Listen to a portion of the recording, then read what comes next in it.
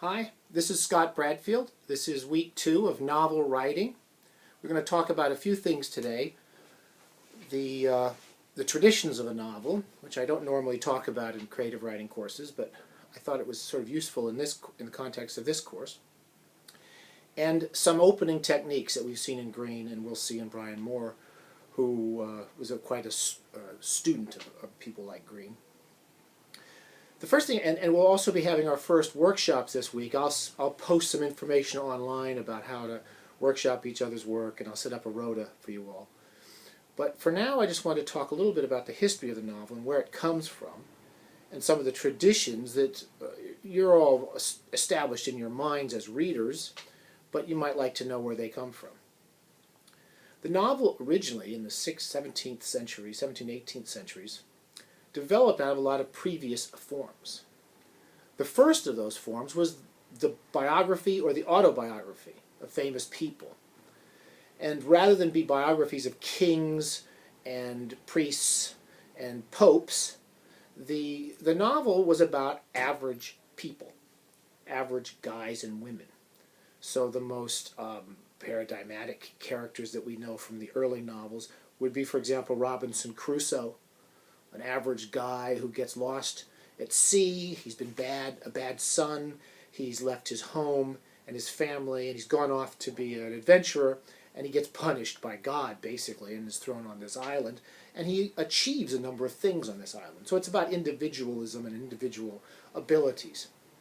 And many of the early novels were either based on these notions of the individual going out in the world, or were satires on them, like Tom Jones by Henry Fielding. Or you'd have people like Pamela, the novel Pamela by Samuel Richardson, and the huge, humongous novel Clarissa by Richardson. And these were individuals who somehow triumphed or proved themselves against adverse circumstances. Or Tom Jones and the picaresque traditions in Smollett, say, Tobias Smollett, where you had individuals who kind of grew and developed in the world and were sometimes seeing the society around them. And they were social novels. They had a vision of the social world to some extent. The other tradition for the novel is history and the overview of large social movements and social life. If you wanted to look at some of the sort of traditions in the novel, and you think about the individual, the story of an individual who achieves something in their life or fails to achieve it. Madame Bovary, I think he's probably coming backwards on this, but Flaubert's Madame Bovary was sort of the exemplification, beautiful piece of work, where he takes a lot of these traditions and plays with them, and plays with a character who believes in the romance, believes in the novel too much, old Emma Bovary. But it's still about the individual and their tragedy in a way. Ulysses is about an individual, Bloom, going through Dublin in a single day. The larger historical sense of a larger culture is also in the novel. It's a different type of novel often. You might have Dickens, and Dickens is sort of my favorite vision of the big social world. London as this big, huge monster of people and stories who all come together into one almost discordant symphony of characters. But often Dickens would see that huge city through the eyes of an individual character, as in David Copperfield. We really have this huge panoply of human life merged through the perspective of one of the great first-person narrators in the novel. Now, these writers are all dead, but those traditions are still there for us. One tradition, which is the story of an individual. And this is still a huge part of the novel, the story of the one person who travels through the world and learns something. Whether it's the Kerouac character in a book I don't like, On the Road, or it's Holden Caulfield in Catcher in the Rye, or it's Nick in The Line of Beauty. All of these individual characters who travel through the world of the novel. Or you have a larger social world. Jonathan Franzen's pictures of huge cities and all the various characters in those cities. Usually it's a family in Franzen, but it's still a larger group of people. So you can either have the one point of view in a novel, which is still the most powerful technique as far as novel writing, telling a story from one person's point of view, as you'll see in Brian Moore's The Color of Blood. Or you can have several characters. So you can do several points of view, but you need to learn the techniques, and it's a trickier story to tell when you have more than one character. So I just want to show you that there's a range in there between one character and perhaps the story of one main character in the midst of a number of other characters. And you can make a decision there, but you can also recognize perhaps by now that just telling from one point of view may be difficult enough for a first novel. I wanted to look just at a few passages in the Graham Greene, and many of you are already talking about the opening line. Let me read the first paragraph. Murder didn't mean much to Raven. It was just a new job. You had to be careful. You had to use your brains.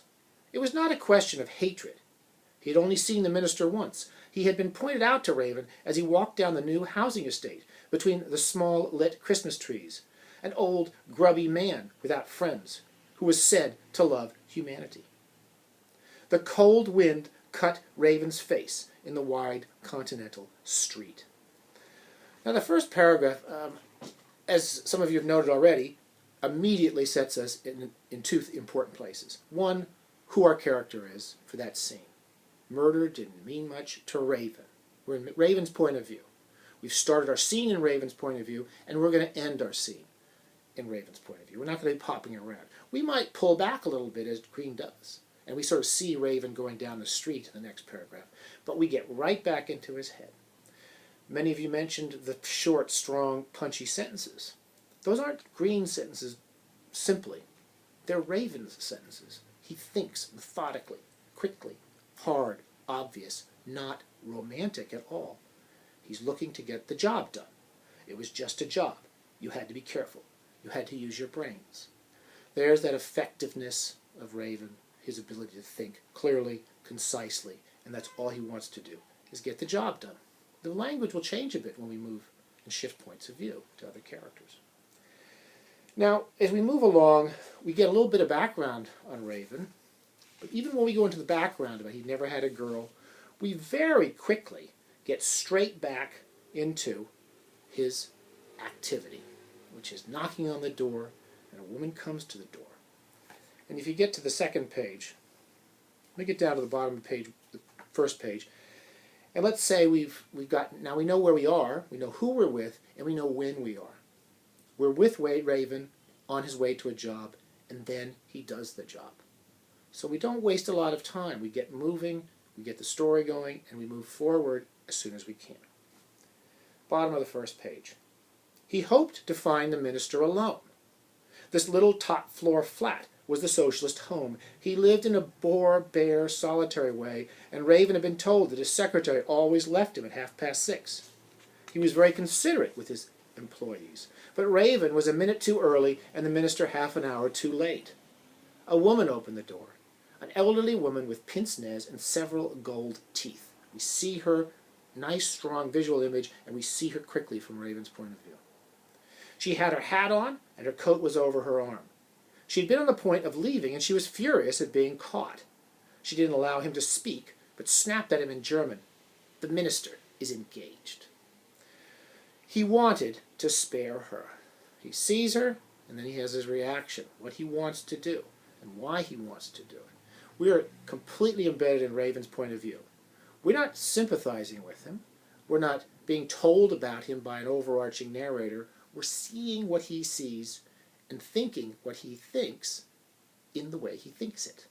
That's not easy to do, but it's not hard to do either when you recognize these are the techniques that are at your disposal. Now, I don't want to read through the whole passage because it's a wonderful opening scene. And the actions, the violence, what he sees, what he knows, what he doesn't know, are all quite clear on each page. I would like to show you one important thing. Now, we have one story here. We have Raven's story. It could be a novel just about Raven. The whole story could be just seeing Raven going from one job to another, learning what the jobs mean, and coming to some realization at the end. It could just be about Raven, but that's not Greene's interest. He wants to show Raven in the context of other people, particularly of a woman. So we come to the end of the scene, 4 pages, very strong pages. And at the end of the scene, it was time to be gone. He took the automatic with him. This is after he fired at this woman and killed this woman behind in the closet. And listen to the scene ends. It was time to be gone. He took the automatic with him. End of scene, cut. Move on. Now Greene, like Brian Moore, was actually an excellent movie writer. He wrote terrific screenplays, and so did Moore. We'll sort of see these same techniques in Moore shortly. He cuts the scene, and then he moves to chapter 2. And this is the technique you guys all have to learn. If you want to do more than one point of view, which I don't recommend your first couple of novels, but if you want to do more than one point of view, you need to recognize how quickly and efficiently he shifts. Section 2 is still on that little passage I Xeroxed for you. They sat and shivered side by side as the dusk came down. They were borne in their bright, small smoky cage above the streets. The bus rocked down to Hammersmith. The shop windows sparkled like ice. And look, she said, it's snowing. A few large flakes went drifting by as they crossed the bridge, falling like paper scraps into the dark Thames. Now there's a good writer. Not simply has he set up one scene, one point of view, but very quickly he makes it clear to us that that scene has ended. And then he very sharply lets us know we're seeing the world from 2 other people's point of view now. We're somewhere else. We're in another scene. And we've started at a different moment of time, preferably later than the previous scene. Those are good techniques to keep in mind if you're going to do more than one point of view. Now for next week, I want you to just look at the Moore novel, because you're going to read a novel there in which the entire novel, as many Moore novels are, is told entirely in one point of view. It's not a hard technique. It's a difficult technique to some extent. It's a very effective technique, and we'll talk about that next week. But doing one point of view from beginning to end. It's a short novel, but Moore does that in much longer novels as well. And think the same things and wonder the same thoughts and ask the same questions. What is making these opening chapters work, and what can I do to emulate some of these tricks that Moore has learned from other writers? And Moore reads very carefully. He reads Graham Greene very carefully. He's a big fan of Greene, and Greene is a big fan of Brian Moore's novels. So it's kind of good to look at them together. Anyway, I'm about out of time, or these things get hard to put on YouTube. So good luck with your writing this week, and we'll talk next week, and we'll have our little meeting on during the week. I've announced already. And we'll talk to you later in the week. Okay, keep writing. Write every single day. Read something good every day, and you'll get better and better. Okay, bye.